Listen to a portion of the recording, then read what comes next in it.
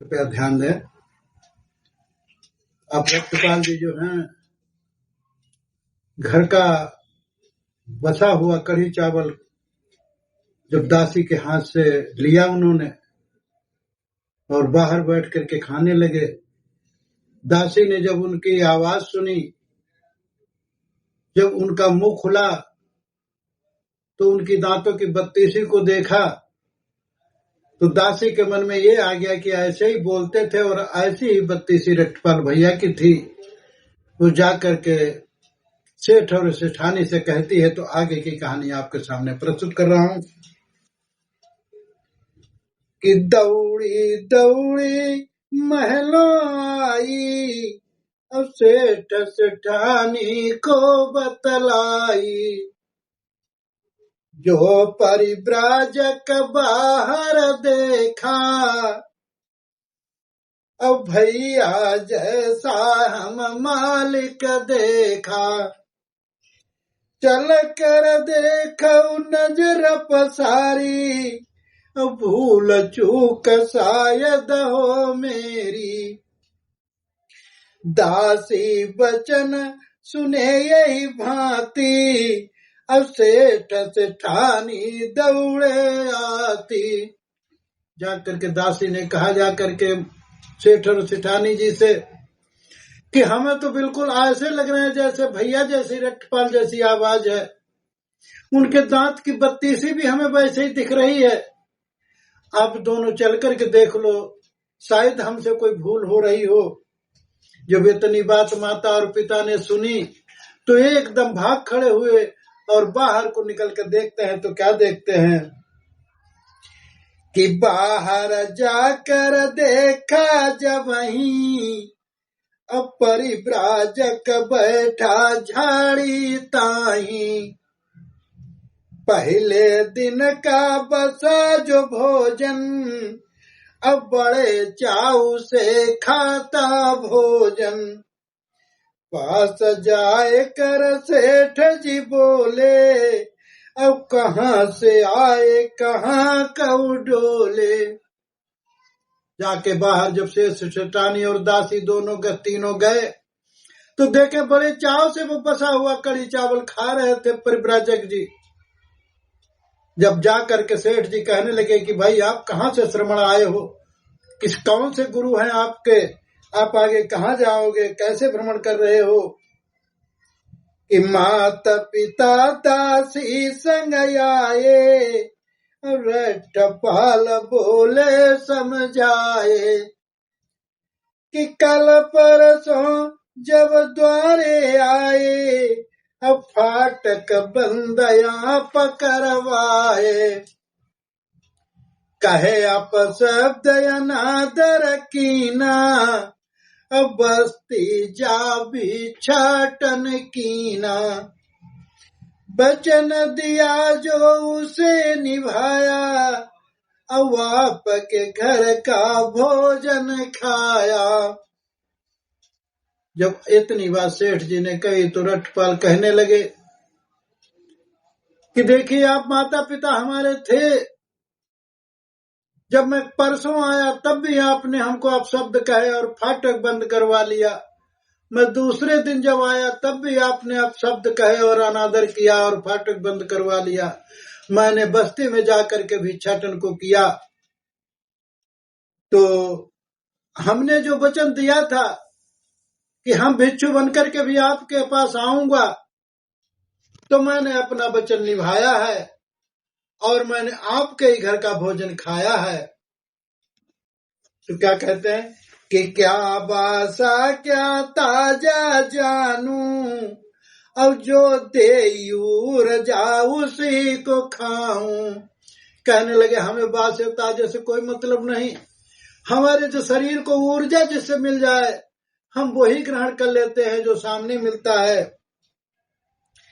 कि तेज आवाज सेठ जी बचना, अब मेरे घर बेइज्जत करना, जरा शर्म तुमको नहीं आई, अब बचा कुचा भोजन तुम खाई, घर के अंदर क्यों नहीं आए, अब द्वार बैठ कर हम ही लजाए। पिता वचन सुने हैं जब ही, रटपाल बोले हैं तवही। जब बसे कहने लगे कि हमें क्या बासा और क्या ताजा, जो हमको ऊर्जा दे मैं उसी को ग्रहण करता हूँ। इतने में सेठ जी बहुत गुस्सा होकर के कहने लगे, तुमको जरा भी शर्म नहीं आई? आपने हमारे दरवाजे पर हमारे घर का बसा हुआ आप कड़ी चावल खा रहे हैं, आप घर के अंदर क्यों नहीं आए, द्वारे पर क्यों बैठ गए? जब इतनी बात पिता की सुन करके रट्टपाल कहने लगे कि किसका घर तुम किसे बताओ, अब परिव्राजक का घर द्वार न पाओ। अरे तुम किसके घर की बात कर रहे हो? मैं तो ये घर आपको कई वर्षे हो गई है तब से छोड़ दिया है। परिव्राजक का कोई घर नहीं अपना होता है कि भिक्षा मांग कर भूख मिटाता, और स्वाद पास भटक नहीं पाता।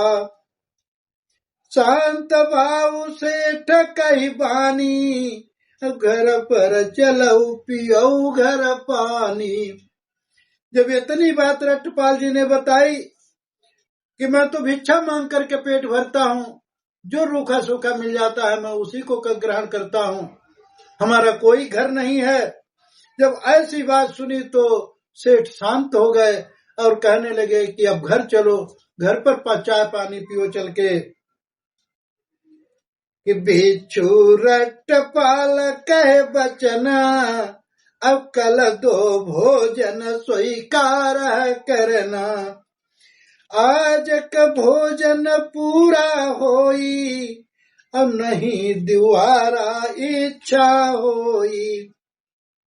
रट्टपाल कहने लगे कि आज का तो भोजन हमारा पूरा हो गया है, अगर आप कल के भोजन दान देने के लिए अगर आप कहें तो मैं कल के भोजन के लिए स्वीकार कर सकता हूँ, आज तो हमारा पूरा हो गया। कि भोजन समय कल आ जाऊंगा, जो भी मिले उसे खा जाऊंगा। कहने लगे कल मैं इसी समय आपके पास आऊंगा और आप जो भी हमको भोजन में दे देंगे मैं उसे खा लूंगा। अब जाई बाग विश्राम करूंगा, श्रद्धालु उपदेश करूंगा। जो उपदेश तथागत दीने, अब हम कंठस्थ उन्हें कर लीने। कहने लगे अब मैं जाकर के पहले विश्राम करूंगा बाग में, उसके बाद जो भी श्रद्धालु जो भी उपासक आएंगे मैं उसको बुद्ध की वाणी जो बुद्ध से मैंने कंठस्थ किया है, याद किया है, जो बुद्ध से सुना है, मैं उसको बांटूंगा, जो उपासक आएंगे उनको सुनाऊंगा। कि उन्हें बांटना फर्ज है बनता, असत्य मार्ग चले सब जनता। देव इजाजत बाग में जाऊं, अब कल का भोजन आप घर पाऊं। उठ कर रट्टपाल चल दीने, माँ पितु का अभिवादन कीने। कहने लगे मैं कल के लिए आपके भोजन का जो आपने निमंत्रण दिया है उसको स्वीकार कर लिया है, कल भोजन के समय में आ जाऊंगा, जो भी आप देंगे उसको ग्रहण कर लूंगा। अब हमें इजाजत दो, मैं बाग में जाकर के विश्राम करूंगा। माँ पिता का अभिवादन करते हुए रट्टपाल वहां से उठ करके और बाग में चले जाते हैं। जाकर पहुंचे बाग में, आसन लिया लगाए। भीड़ जमा थी बाग में, धम्म रहे समझाए। धम्म रहे समझाए, कहे सब बुद्ध की वाणी। प्राणी हित सब खोज करी, शुरू अंत कल्याणी। कह भंते हाथी समझाए, कल्याण जो अपना चाहो, चलो बुद्ध की शरण, भला जो अपना चाहो। रट्टपाल बाग में पहुंच जाते हैं, आसन पे लेट गए, आराम विश्राम किया। तब तक वहां भीड़ जमा हो गई। धम्म को समझाने लगे, कहने लगे कि जो हमने बुद्ध से सीखा है, जो बुद्ध ने हमको दिया है, मैं उसी को बांट रहा हूं, उसी को आप सबके सामने प्रस्तुत कर रहा हूं।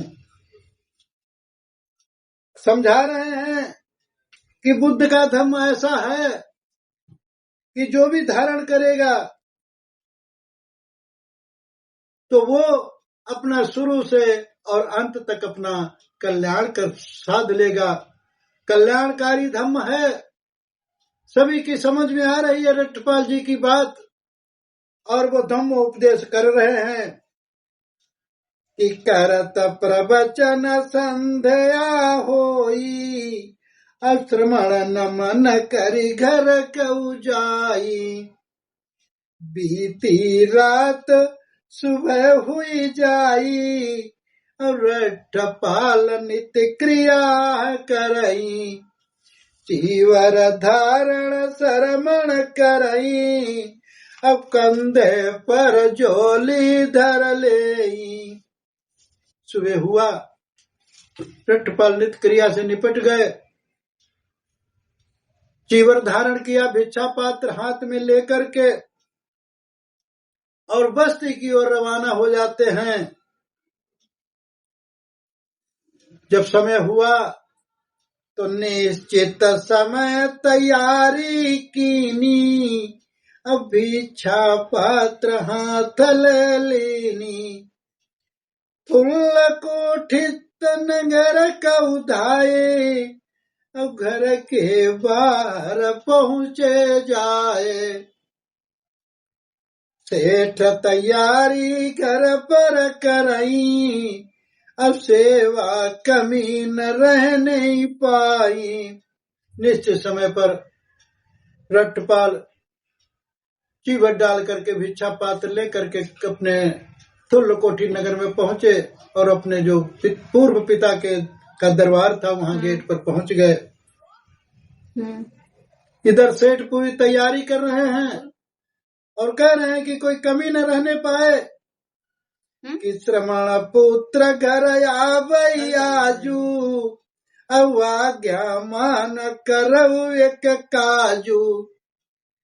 सेठ जी कहने लगे कि देखिए अपनी सेठानी और दासी से कि आज श्रवण पुत्र आ रहा है, तो अब आज कोई कमी नहीं रहना पाए, तो इसीलिए सब जो जैसा जैसा मैं कहता जाऊं वैसा वैसा करते जाइए। इन्हीं शब्दों के साथ में अब रट्टपाल घर के अंदर आएंगे। अब इधर सेठ जी क्या तैयारी कर रहे हैं वो आगे की कल की घटना में आपको हम सुनाएंगे। इन्हीं शब्दों के साथ में सभी को साधुवाद करता हूं और मंगल कामना करता हूं। साधु साधु साधु।